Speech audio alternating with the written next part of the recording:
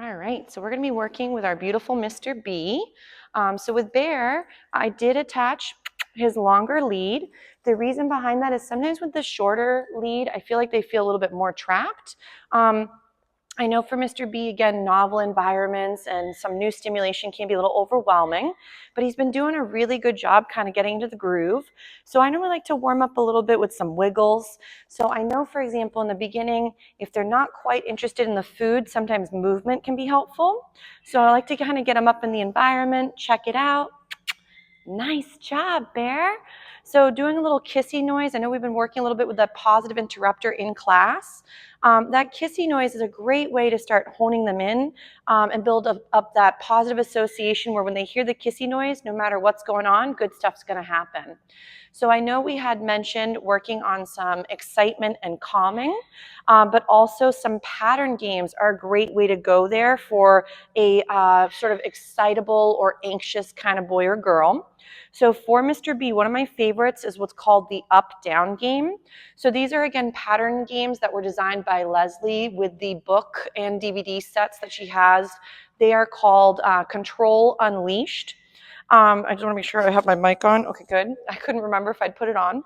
So for this pattern game, we're going to wait for him to look eyes at me, and I'm going to go yes, and I'm going to feed the floor. So the benefit to this game is it gets your puppy to reorient to you, yes, and then they get to disengage and get distracted by finding the food on the floor. And then as they find your face again, yes, and we put the food on the floor.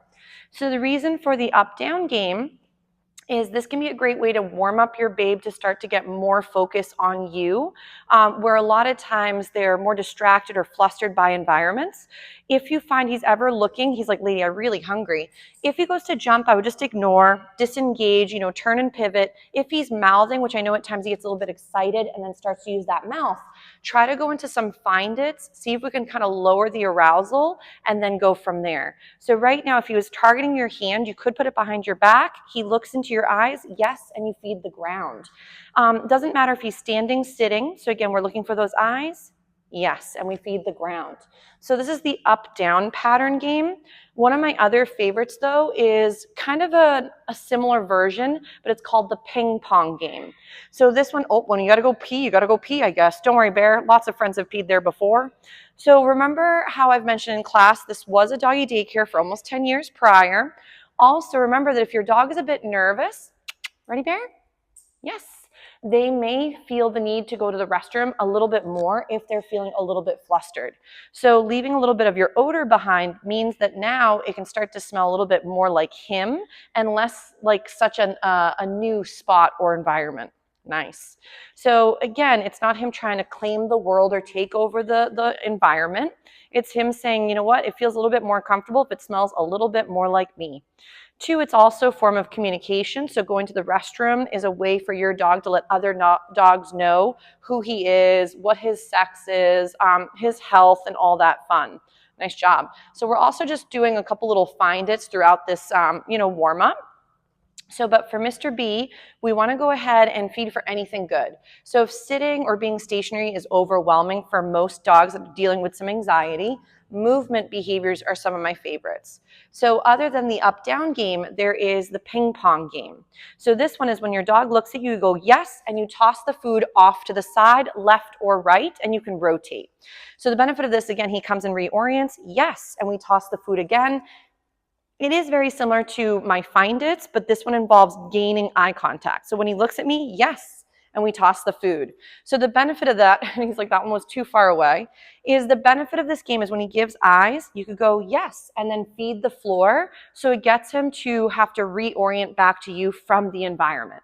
So because for a lot of anxious or overwhelmed dogs, reorienting to us when the environment becomes hard is tricky.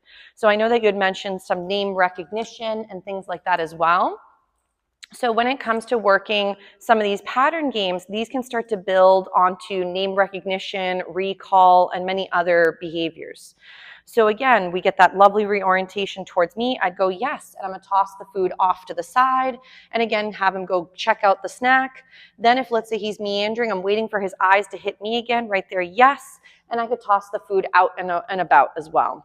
So this is, again, the ping pong game where he's working on eyes on you, yes, but you're not cueing for it. So you wouldn't be telling him his name. You wouldn't be asking with a look behavior or whatever behavior you've been doing for eye contact. So right now he locks eyes on me, yes, and I do a little moment to do the ping pong game. Nice, beautiful. So we'll see if he checks back in. Yes, and again, now I toss the food once more. So for some dogs, it's more reinforcing to go find the food or chase it. So right now, sometimes you might just throw in a few little find its. He, again, is like, that's really far away, and he prefers them maybe 6 feet from where you're working. Chewing is still optional, so don't worry.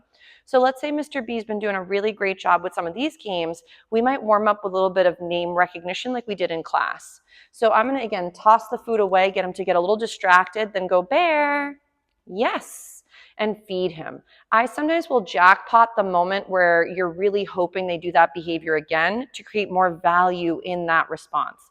So if, let's say, Mr. B is working on thinking coming towards me has value, I want to go ahead and feed him several little snacks for that reorientation back to me.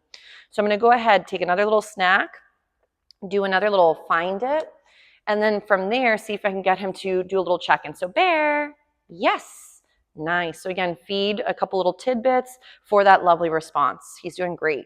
So you can see that right now we're not getting the mouthing or the behaviors that at times you had mentioned as being problematic. It could be, again, the novel environment. That one got stuck to my fingers. It could be also the fact that he maybe had been able to rest for a little bit before we practiced in between some of our sessions.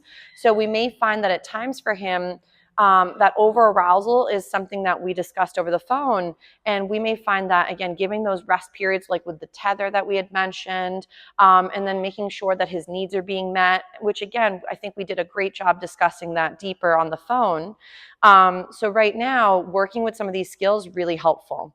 So we'll give him a little break from the up-down game and the ping pong game, but I want to work another couple skills with him so that way you can have some other great videos to practice for home's sake. So we'll do another little find it. Nice. Good job, Mr. B. And then we'll do another little one over here. He's doing a real great job, though, for his first day in doggy day school. He's a smart boy.